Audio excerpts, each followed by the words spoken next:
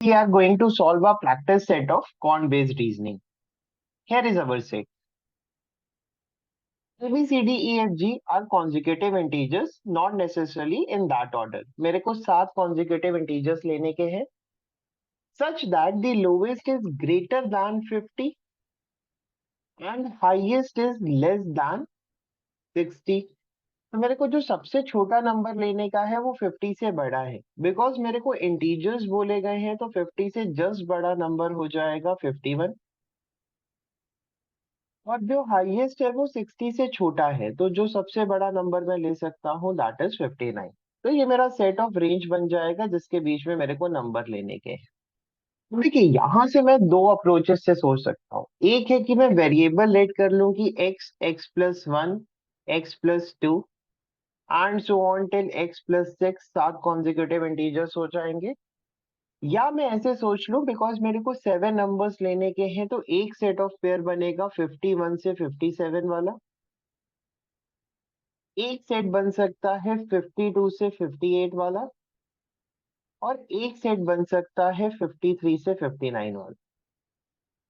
Either way issue नहीं है, but I would prefer कि आपको नंबर पिक करना चाहिए, बिकॉज जब नंबर सामने होते हैं तो हमें क्वेश्चन थोड़ा बेटर क्लिक करता है। वेरिएबल कई बार हमारा सोचने का तरीका लिमिटेड कर देते हैं। मेरे को पहली इक्वेशन क्या दी है? e-d+11 is equal to g/4. B is the highest number and also a prime number. C minus D is equal to B minus A. A is an odd number and C is an even number.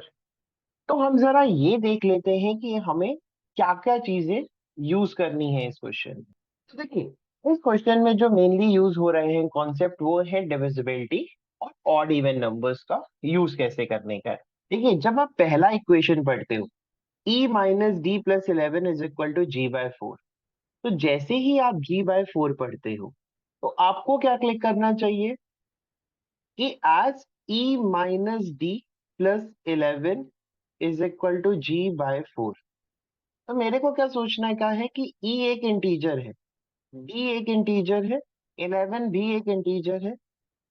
क्योंकि left hand side में integer plus minus कर रहा हूं, तो g/4 should also be N integer. Our set that is 51 to 59। ठीक है, इनमें से कोई भी पेयर आए, मेरे को फर्क नहीं पड़ता है 51 to 57 आए, 52 से 58 आए, या 53 से 59 आए। मेरे को क्या सोचने का है कि जी जो है वो 4 से डिविजिबल होना चाहिए।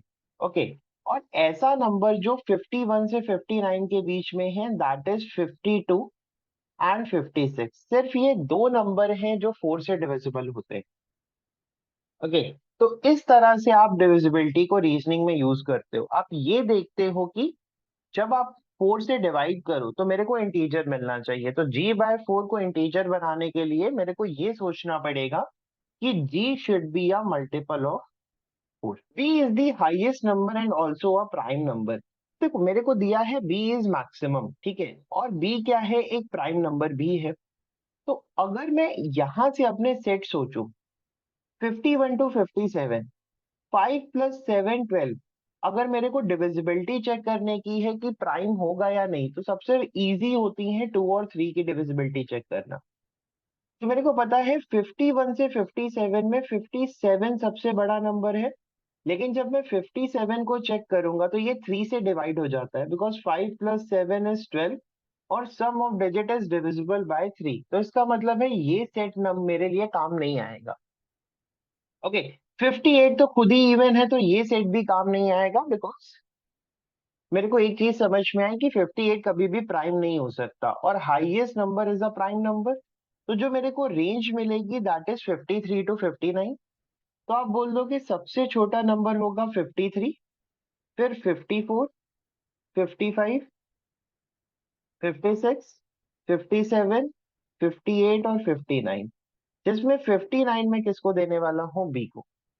ठीक है, बिकॉज मैक्सिमम है और प्राइम है। तो मेरे को अपने सेट ऑफ नंबर्स पता लगते हैं। Next thing is c minus D is equal to B minus C. इस इक्वेशन का मैं कुछ खास यूज नहीं कर पाऊंगा, बिकॉज सब वेरिएबल है। लेकिन जैसे ही मैंने अगला पॉइंट पढ़ा a is an odd number and c is an even number, तो मेरे को अब समझ में आया कि मैं इस इक्वेशन को थोड़ा थोड़ा यूज कर सकता हूँ। लाइक जब आप लिखते हो c minus D is equal to b minus C, मेरे को दिया हुआ है a एक ऑड नंबर है, c एक इवन नंबर है, b अपने को दिया हुआ था हाईएस्ट और प्राइम है, इसका मतलब है b भी क्या होने वाला है, ऑड। देखिए यहाँ से बेनिफिट क्या मिलता है, odd minus odd is an even number. तो जब आप b माइनस ए से जो रिजल्ट निकालोगे वो क्या आएगा, इवन। तो अगर ऑड माइनस ऑड करके मैं इवन ला रहा हूं तो मेरे को इवन में से भी ऐसा नंबर सब्ट्रैक्ट करने का है जिसकी वजह से मेरा रिजल्ट इवन आए और इक्वल आए, because these two are equal. तो ये तभी पॉसिबल है जब आप इवन में से इवन को सब्ट्रैक्ट करो।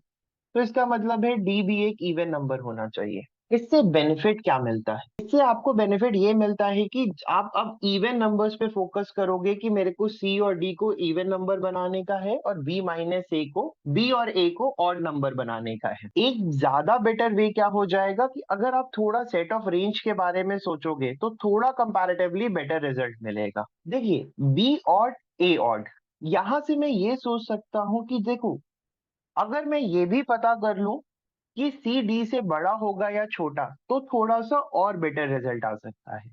तो यहां से मैंने सोचा कि जब आप b माइनस ए की बात करते हो तो b is obviously greater than A, because b is greater than A तो राइट हैंड साइड का जो रिजल्ट आएगा ये हमेशा पॉजिटिव आएगा, तो मेरे को लेफ्ट हैंड साइड का रिजल्ट भी पॉजिटिव लेना पड़ेगा। दैट मीन्स कि c must be greater than d। तो अब मैं जो भी नंबर लूंगा उधर से मेरे को c को d से बड़ा लेने का है, ठीक है। इवन भी है और कौन बड़ा है ये पता लग जाएगा। तो फाइनली अगर मेरे को तीसरा इवन नंबर मिल जाए तो अपना हेल्प हो जाएगी। और वो हमें कैसे मिलेगा, वो हमें मिल G by four is an integer. तो मेरे को जी को भी इवन नंबर लेना पड़ेगा। और 52 और 56 में से मैं बोलूंगा 52 पॉसिबल नहीं है, बिकॉज वो हमारे सेट ऑफ रेंज में नहीं आएगा। तो आपको जी को कौन सा नंबर देना पड़ेगा, 56। तो आप जी को नंबर दे दोगे 56। दो इवन नंबर बचे रह गए 58 और 54। इधर से मेरे को पता है 54 मेरे को डी को देने का है और 58 मेरे को सी को देने का है, because obviously C is greater than D. अब मेरे को अगर ए का वैल्यू निकालना है तो मैं बोलूंगा कि भाई देखो सी माइनस डी का डिफरेंस इज 4, 58 माइनस 54। तो बी माइनस ए का डिफरेंस भी 4 आना चाहिए। क्योंकि बी 59 है तो मैं 59 में से 4 सब्ट्रैक्ट कर दूंगा, मैं आंसर शुड बी 55। तो ए का वैल्यू कितना आ जाएगा, 55। Remaining two numbers are 53 and 57। और जो दो अल्फाबेट बचे रह गए हैं that is E and F. आप सीधा सीधा कैलकुलेट कर सकते हो इजी वे में। आप बोलोगे E minus D plus 11 is equal to G by 4 का वैल्यू हो जाएगा 56/4, दैट वुड बी 14। तो मैं बोलूंगा E minus D is equal to 3, क्योंकि D 54 है तो आप बोल दोगे E का वैल्यू कितना आ जाएगा, 57। यहाँ पे आप बेटर अप्रोच क्या लगा सकते थे इससे, अगर मेरे को इतना कैलकुलेशन नहीं करने का है, क्योंकि E माइनस डी का रिजल्ट पॉजिटिव आ रहा है तो E must be greater than D। तो D से बड़ा है तो E शुड बी 57 और बचा हुआ नंबर किसको मिल जाएगा, F। जरा क्वेश्चन देख लेते हैं। The smallest number is option B, that is F। The value of C is, you will be saying 58। E minus A is, E is 57, A is 55, तो डिफरेंस कितना आ जाएगा, 2। The value of D is, D का क्या value होने वाला है, 54। A largest even number is, largest even number कौन सा है, C, दैट इज 58। तो option C should be my answer. तो अगर आप रेंज बनाते हो तो it would be a better one. Variable से भी फर्क नहीं पड़ता है, ठीक है। उसमें आपको क्या ध्यान रखने का है कि जैसे x प्लस 6 है ये मैक्सिमम है और मेरे को मैक्सिमम नंबर क्या बनाने का है, प्राइम। तो फिर से आप ऑड इवन वाला कॉन्सेप्ट यूज करोगे, बिकॉज अगर मेरे को x प्लस 6 को प्राइम बनाने का है तो मैं क्या सोचूंगा कि अगर x प्लस 6 प्राइम है तो x शुड बी ऑड। मेरे को x को ऑड लेना पड़ेगा, बिकॉज 2 को छोड़ के कोई भी प्राइम नंबर इवन नहीं होता है। तो you will be putting x from, आप एक बार x को 51 रखोगे because you have to start from 51। एक बार आप x को 53 रखोगे, एक बार आप x को 55 रखोगे। अब जब 51 रखोगे तो यू विल बी गेटिंग 57। तो आप बोलोगे ये पॉसिबल नहीं है, आप 53 रखोगे तो 59 आप बोलोगे ये पॉसिबल हो सकता है बिकॉज प्राइम है। और जब आप 55 में 6 ऐड करोगे तो ये आ जाएगा 61 which is not possible because range के बाहर हो जाएगा। ठीक है। तो डिपेंड करता है कि आपको पहले क्या चीज क्लिक कर रही है, either way you will be solving the same बस। ठीक है। होपफुली आपको ये सेट क्लियर हो गया होगा। स्टिल अगर आपको कोई डाउट है तो आप कमेंट सेक्शन में वो डाउट पूछ सकते हैं। Thanks for watching the video. Bye bye.